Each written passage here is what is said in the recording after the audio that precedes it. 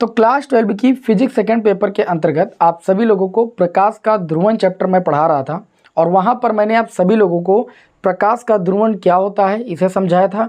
अध्रुवित प्रकाश क्या होता है, ध्रुवित प्रकाश क्या होता है, मतलब इस चैप्टर की जो बेसिक बातें थी वो मैंने आपको सिखा दी हैं। यदि आपने लेक्चर को नहीं देखा है तो प्लेलिस्ट में जाइए, आपको सारी क्लासें क्रम से मिल जाएंगी। आज की क्लास में मैंने आप सभी लोग के समक्ष इस चैप्टर का बहुत ही महत्वपूर्ण प्रश्न उठाया है, या आप कह सकते हो बहुत ही महत्वपूर्ण टॉपिक उठाया है। बोर्ड एग्जाम में प्रश्न पूछा जाता है कि पोलेराइड से आप क्या समझते हैं, इसकी संरचना और कार्यविधि को समझाइए। और इससे भी कई बार ज़्यादा ये प्रश्न पूछा गया है कि पोलेराइडों के उपयोग क्या होते हैं।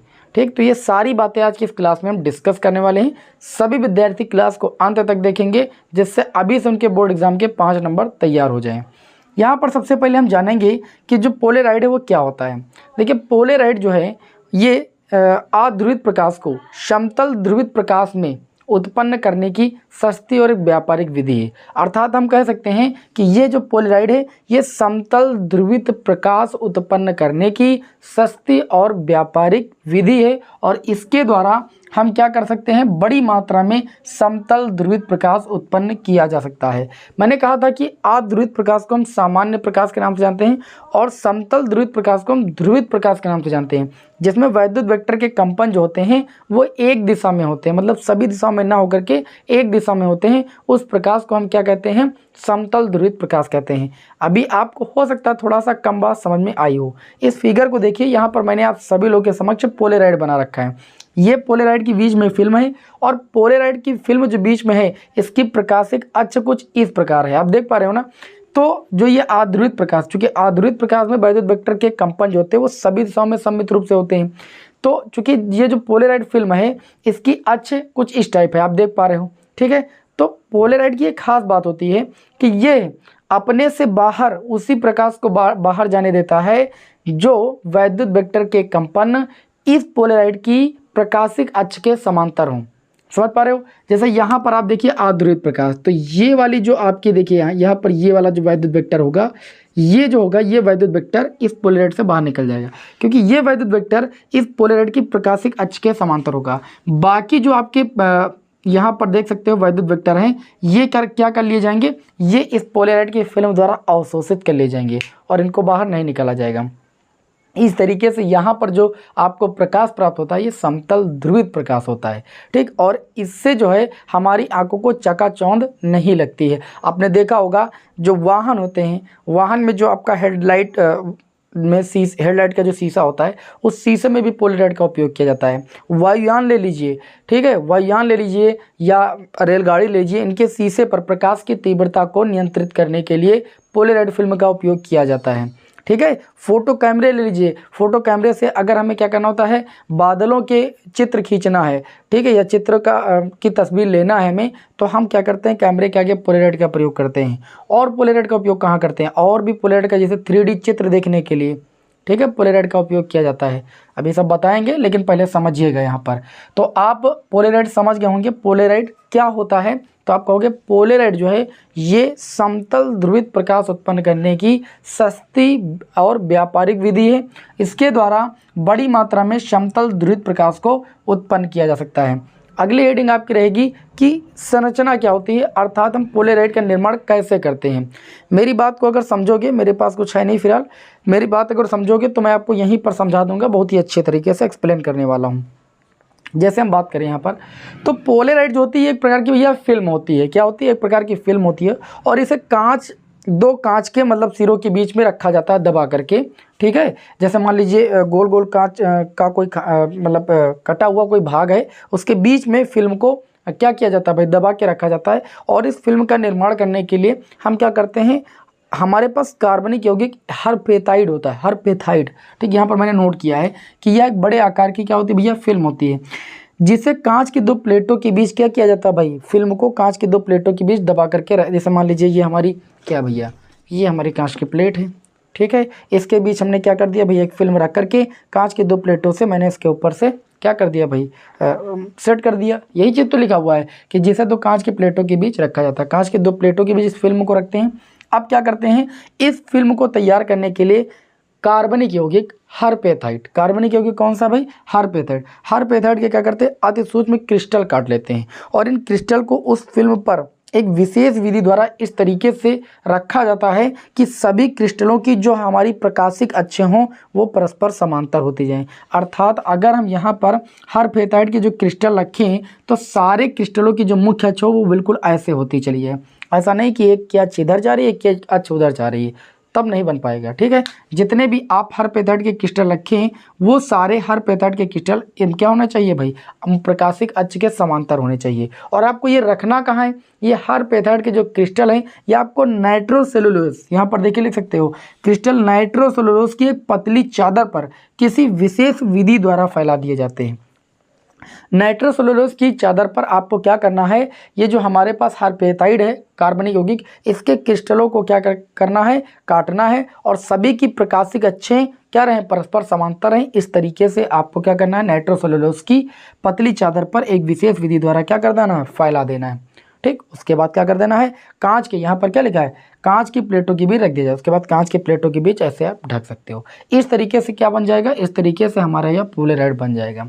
अब आप क्या करोगे? यहाँ पर भी लिखा भी है और यहाँ पर एक चीज़ और ध्यान रखिएगा, जो ये हरपेथाइट के क्रिस्टल हम इसमें लगाते हैं, हरपेथाइट जो क्रिस्टल है वो हमारा द्विवर्णक का कार्य करता है। जैसे क्वार्टज है, टूरमैलिन है, ये सब द्विवर्णक होते हैं। द्विवर्णक क्या होता है? द्विवर्णक का मतलब ये दो किरणों को अपवर्तित करते हैं। जब इनके ऊपर कोई प्रकाश आपतित किया जाता है तो ये दो किरणों को अपवर्तित करते हैं और दो किरणों में से एक को ये अवशोषित कर लेते हैं और एक को बाहर जाने देते हैं, निर्गत कर देते हैं, इसीलिए इनको द्विवर्णक बोला गया है। ठीक है, तो ये क्रिस्टल क्या होते हैं? द्विवर्णक होते हैं। ये द्वि अपवर्तित किरणों में से एक को पूर्णतः अवशोषित कर लेते हैं और प्रत्येक पोलेराइड फिल्मों में एक अभिलाक्षणिक दिशा होती है जिसे हम ध्रुवण दिशा कहते हैं। अब एक को अवशोषित कर लेंगे तो एक को निकलने तो देंगे, तो जो निकलेगी उसकी जो दिशा होती है उसी को हम क्या कहते हैं? ध्रुवण दिशा कहते हैं। अब कार्यविधि मतलब कैसे से हम समतल ध्रुवित प्रकाश जो है प्राप्त करते हैं। तो यहाँ पर मैंने क्या कहा? हमने पोलेराइड फिल्म बना ही ली, कांच के दो खांचों के बीच में हमने क्या किया? एक फिल्म लिया, फिल्म में नाइट्रोसेलुलोज की पतली परत पर हमने क्या किया? कार्बनिक यौगिक हरपेथाइट के क्रिस्टलों को इस तरीके से मैंने क्या किया? सेट किया कि सबकी प्रकाशिक अक्ष क्या रहे? परस्पर समांतर रहें। उसके बाद खांचों के बीच मैंने सेट कर दिया और इस तरीके से क्या हुआ भाई? पोलेराइड का निर्माण हो गया। पोलेराइड में जो ये हमारे क्रिस्टल होते हैं द्विवर्णक होते हैं। ये दो अपवर्तित किरणों में से एक को अवशोषित कर लेते हैं और एक को निर्गत हो जाने देते हैं और जो निर्गत होता है उसकी जो दिशा होती है वो ध्रुवण दिशा कहलाती है। क्या कहलाती है? देखिए यहाँ पर लिखा है, ध्रुवण दिशा कहते हैं उसे। अब यहाँ पर हम बात करेंगे कार्यविधि की। तो कार्यविधि के लिए क्या करते हैं? ये बन चुका है। ठीक, अब इसके आगे हम क्या करते हैं? एक कोई प्राकृतिक प्रकाश ले लेते हैं। जैसे प्राकृतिक प्रकाश हमने सूर्य का प्रकाश ले लिया या बल्ब का प्रकाश ले लिया। सूर्य का प्रकाश या बल्ब का प्रकाश जिसे हम अध्रुवित प्रकाश या सामान्य प्रकाश के नाम से जानते हैं। जब हम इस पोलेराइड फिल्म पर अभिलंबवत आपतित करते हैं उस प्रकाश को, तो पोलेराइड के अंदर ये खास बात होती है कि अध्रुवित प्रकाश में क्या होता है? सभी वैद्युत वेक्टर के कंपन सभी दिशाओं में होते हैं, लेकिन जो पोलेराइड ये बनाई गई ये क्या करती है? ये केवल उन्हीं वैद्युत वेक्टरों को बाहर निकलने देती है जो इसकी प्रकाशिक अक्ष के समांतर हों। अर्थात इसकी अगर अक्ष ऐसे है सीधे सीधे तो केवल इस अध्रुवित प्रकाश से वही वैद्युत वेक्टर का कंपन बाहर निकलेगा जो इसकी अक्ष के समांतर होगा, ऐसे। तो इस प्रकार जो यहाँ पर हमें प्रकाश प्राप्त होता है, इस प्रकाश को हम कहते हैं समतल ध्रुवित प्रकाश। क्या कहते हैं? समतल ध्रुवित प्रकाश। और इस तरीके से हम क्या करते हैं? किसी पोलेराइड फिल्म से अध्रुवित प्रकाश को समतल ध्रुवित प्रकाश में बदलने का कार्य करते हैं। यही क्रियाविधि है। तो मैंने आप सभी लोगों के समक्ष नोट कर दिया है, आप नोट्स अच्छे तरीके से बना सकते हो। जब अध्रुवित प्रकाश एक किरणपुंज पोलेराइड की फिल्म से होकर गुजरता है तो फिल्म केवल उन घटकों को पारगत करती है यानी निकलने देती है जिनके वैद्युत वेक्टर ध्रुवण दिशा के क्या हों? ध्रुवण दिशा के समांतर कंपन करते हों। यानी ये जो वैद्युत वेक्टर हों अगर इसी ध्रुवण की अक्ष के क्या हों? समांतर होंगे तब तो बाहर निकलेंगे, और इधर उधर होंगे तो इनको क्या कर लेगा? ये पोलेराइड फिल्म अवशोषित कर लेगी तथा उन घटकों को अवशोषित कर लेती है जो इसकी दिशा के लंबवत कंपन करते हैं। लंबवत का मतलब जैसे अच्छा ऐसे है और आने वाला कड़ा ऐसे है तो बाहर नहीं निकल पाएगा, उसको अवशोषित कर लेगी। इस प्रकार पारगमित जो प्रकाश होता है इसको क्या कहते हैं? हम समतल ध्रुवित प्रकाश कहते हैं। कितना आसान है बताओ। ये हो गई इसकी क्या भाई? कार्यविधि। ठीक है, संरचना आप जान ही चुके हैं, पोलेराइड क्या है वो भी जान चुके हैं, कार्यविधि भी आपको समझ में आ गई। अब यहाँ पर एक चीज़ और ध्यान दीजिएगा, मैंने आपके सामने दो फिगर और बनाए। ठीक है, दो फिगर और मैंने बनाए। जैसे मान लीजिए यहाँ से अब इतना क्रियाकलाप आप समझ चुके हैं, यहाँ पर समतल ध्रुवित प्रकाश आया। इसके आगे हमने क्या किया? एक और मैंने पोलेराइड की फिल्म ले ली। क्या ले ली? एक और पोलेराइड फिल्म ले ली अभी मैंने बताया पोलराइड कैसे बनाते हैं, तो 2 फिल्में काट लेना। तो एक फिल्म और ले जा करके इसके सामने ऐसे रख देते हैं। जो हम क्या करते हैं, अन्य पोलराइड की फिल्म होती है उसको जब हम इस प्रकाश के सामने रखते हैं, क्योंकि ये प्रकाश हमारा समतल ध्रुवित प्रकाश होता है ना, तो इसके आगे जैसे हम दूसरी पोलराइड की फिल्म रख देते हैं, जैसे यहाँ पर आप देख पा रहे हैं, इसके सामने मैंने दूसरी पोलराइड की फिल्म रख दी। अगर हमारी पोलराइड की फिल्म जो पहली वाली इसकी प्रकाशिक अक्षय ऐसे हैं और दूसरी पोलराइड जो फिल्म रखते हैं उसकी भी प्रकाशिक अक्षय ऐसे ही हैं, आप देख पा रहे हैं दोनों के अक्षय समांतर हैं, तो इस दिशा में जो प्रकाश होता है वो निकलता है और प्रकाश की जो तीव्रता होती है वो क्या होती है, मैक्सिमम होती है। इस स्थिति में जो प्रकाश की तीव्रता होती है वो क्या होती है भैया, मैक्सिमम होती है, अर्थात इस स्थिति में प्रकाश जो है बाहर निकल जाता है, इसमें कोई दिक्कत नहीं होती। क्यों? क्योंकि ये क्या करेगा, ये ध्रुवित प्रकाश को बाहर निकालेगा और ध्रुवित प्रकाश जो होगा इसमें वैद्युत वेक्टर के कंपन एक दिशा होंगे और उसी दिशा में अगर कोई दूसरा क्रिस्टल दूसरा पोलराइड रख रहे हैं और उसकी भी प्रकाशिक अक्ष ऐसे ही है तो प्रकाश निकलने में कोई दुविधा नहीं होगी, प्रकाश निकल जाएगा। ठीक, और यहाँ पर प्रकाश आपको प्राप्त हो जाएगा। और इस प्रकार हम इन दोनों फिल्मों को क्या कहते हैं, समांतर, कि ये दोनों हमारे जो पोलराइड है परस्पर समांतर हैं। ठीक है ना। उसके बाद हम इसको स्थिर रखेंगे, इसके सामने जो मैंने रखा है दूसरा वाला पोलराइड, इसको क्या करेंगे, हम घुमाना शुरू करेंगे और जैसे हम घुमाएंगे तो पहले तो मान लीजिए प्रकाशिक अक्ष इसके इस प्रकाश के समांतर थी तो प्रकाश निकल जा रहा था, जैसे इसको घुमाएंगे तो ये जो लाइनें हैं वो कुछ इस तरीके से हो जाएंगी, आप देख पा रहे हो दूसरा फिगर, हो जाएंगी कि नहीं। तो जो हमारा प्रकाश आएगा वो तो ऐसे आएगा, उसमें वैद्युत वेक्टर के कंपन तो ऐसे होंगे, लेकिन यहाँ पर जो दूसरी वाली पोलराइड है, ठीक है, जो परीक्षण का कार्य करे कि प्रकाश ध्रुवित क्या ध्रुवित, इसकी अक्षय तो ऐसे हैं, तो ये तो ऐसे जाने वाले वैद्युत वेक्टर को बाहर करेगा, लेकिन इससे जो वैद्युत वेक्टर निकल चुके हैं उसकी दिशा ऐसे। तो अब जब इस दूसरे वाले पोलराइड पर जाकर के ऐसे वाला प्रकाश जाकर पड़ेगा तो चूंकि उस पर अभिलंबवत आपतित होगा, तो इस दिशा में क्या होता है कि प्रकाश हमें बाहर नहीं मिलता, यानी प्रकाश की तीव्रता बहुत ज़्यादा न्यूनतम होती है। और इस तरीके से जो हमारे पास 2 पोलराइड होते हैं इनको हम कहते हैं क्रासित पोलराइड। क्या कहते हैं, इनको हम क्रासित पोलराइड कहते हैं और इस स्थिति में प्रकाश बाहर नहीं निकल पाता है। ठीक, इसमें जो हमने 2 पोलराइड बनाए हैं, पहले पोलराइड को हम कहते हैं ध्रुवक, क्या कहते हैं भैया, ध्रुवक कहते हैं, और दूसरा पोलराइड क्या करता है, इस प्रकाश का परीक्षण कर रहा होता है। देखिए एक बार ऐसे रखा तब प्रकाश निकल रहा था, इसको ऐसे किया तो प्रकाश नहीं निकल पा रहा था। क्यों नहीं निकल पा रहा है, क्योंकि प्रकाश जो है वो एक दिशी था, ठीक है, समतल ध्रुवित प्रकाश था, लेकिन जो हमारे पास पोलराइड था उसकी मुख्य अक्ष ऐसे थी, तो इस प्रकाश की दिशा और जो उसकी मुख्य अक्ष है, प्रकाशिक अक्ष है किसकी, दूसरे वाले पोलराइड की, वो परस्पर लंबवत है, इस वजह से प्रकाश बाहर नहीं निकल पा रहा था। तो इस वाले दूसरे वाले पोलराइड को हम कहते हैं विश्लेषक। क्या कहते हैं, दूसरे वाले पोलराइड को हम विश्लेषक कहते हैं। समझ गए।